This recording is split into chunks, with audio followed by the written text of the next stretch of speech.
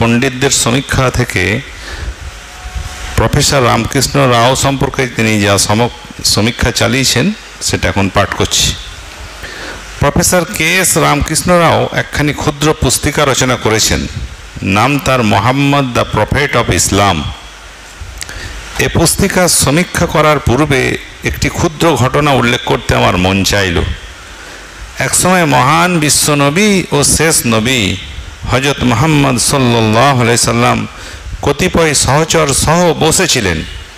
হঠাৎ তার পরম শত্রু, তার পিতৃব্য আবু জাহেল তথায় উপস্থিত হন। আবু জাহেল তার ভ্রাতুষ্পুত্র হযরত মুহাম্মদের প্রতি কটাক্ষ দৃষ্টিপাত করে বলছেন, মুহাম্মদ, তোর চেয়ে অধিক কুশ্রী মানুষ মনে হয় জগতে আর নেই। মহান বিশ্বনবী বললেন, আপনি ঠিকই বলেছেন।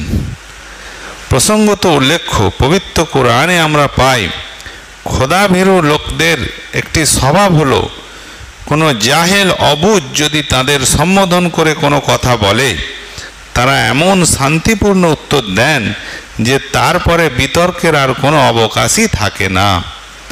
আমরা তাই মহান বিশ্বনবীর এই ঘটনায় সেটাই স্পষ্ট বুঝতে পারলাম। যাক, আবু জাহেল তারপর সেখান থেকে উঠে চলে গেলেন। এবার মহান বিশ্বনবীর প্রিয় সহচর হযরত আবু বকর সেখানে এসে উপস্থিত হলেন। খোদার কি অপূর্ব মহিমা! হযরত আবু বকর মহান বিশ্বনবীর চেহারা মোবারকের প্রতি অবলোকন করে বললেন, ওগো আল্লাহর রসুল, আপনার চেয়ে অধিকতর সুশ্রী মানুষ মনে হয় পৃথিবীতে আর নেই। মহান বিশ্বনবী বললেন, আপনি ঠিকই বলেছেন। এবার উপস্থিত সহচরবৃন্দ প্রশ্ন করছেন, হে আল্লাহর রসুল, আপনি আবু জাহেলের মন্তব্যকেও ঠিক বললেন, আবার আবু বকরের মন্তব্যকেও ঠিক বললেন, অথচ দুজনের মন্তব্য একে অপরের একেবারে বিপরীত। সুতরাং আমরা এটার মর্ম উদ্ধার করতে পারছি না। যদি অনুগ্রহপূর্বক এই রহস্যটি আমাদের বুঝিয়ে দেন, আমরা উপকৃত হব। মহান বিশ্বনবী বললেন, দেখো, মহান আল্লাহ আমাকে একটি আয়নার মতো করে সৃষ্টি করেছেন। যে যেমন লোক আয়নাতে সে তেমনই তার চেহারা দেখতে পায়, তদ্রূপ যে যেমন চরিত্রের মানুষ সে তেমনই আমাকে দেখতে পায়। আমরা তাই দেখতে পাচ্ছি মহান বিশ্বনবীকে কত লোকে কত রকম দেখেছেন।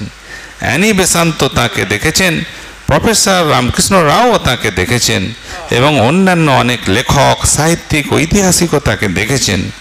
মন থেকে সংকীর্ণতা, ঈর্ষা, বিদ্বেষ দূরীভূত করতে না পারলে সত্যের উদ্ঘাটন কোনো দিনই সম্ভব হয় না। উদার মনোভঙ্গি নিয়ে, সংকীর্ণতা মুক্ত, ঈর্ষা বিদ্বেষ মুক্ত মস্তিষ্ক নিয়ে পবিত্র কোরআন তথা মহান বিশ্বনবীর বাণী ও জীবনালেখ্য নিয়ে যদি পাঠ ও অনুশীলন করা হয়, নিশ্চয়ই সত্যের সন্ধান মিলবে। প্রফেসর রাও বলছেন, prophet Muhammad is also a historic personality, every event of whose life has been most carefully recorded and the minutest details preserved in fact for posterity. অর্থাৎ প্রফেট মুহাম্মদ একজন ঐতিহাসিক ব্যক্তি। তার জীবনের প্রতিটি ঘটনা অত্যন্ত সতর্কতার সহিত লিপিবদ্ধ করা হয়েছে এবং সমস্ত ক্ষুদ্রাতি ক্ষুদ্র বিষয়গুলো সুবিস্তৃত রূপে উত্তর পুরুষের জন্য একেবারে অবিকল সংরক্ষিত হয়েছে। এ পুস্তকে আলোচিত হয়েছে হিন্দু, মুসলিম, খ্রিস্টান মনীষী কর্তৃক স্বীকৃত যে একমাত্র পবিত্র কোরআনই পৃথিবীতে অদ্যাবধি অবিকৃত রয়েছে। সুতরাং শিক্ষিত ব্যক্তি মাত্রই এ সুবর্ণ সুযোগ রয়েছে যে তারা পবিত্র কোরআনের ব্যাখ্যা পুস্তক এবং মহান বিশ্বনবীর বাণী ও জীবনচরিত মনোযোগ দিয়ে পড়াশোনা করে প্রকৃত ঘটনা কি তাই দেখুন।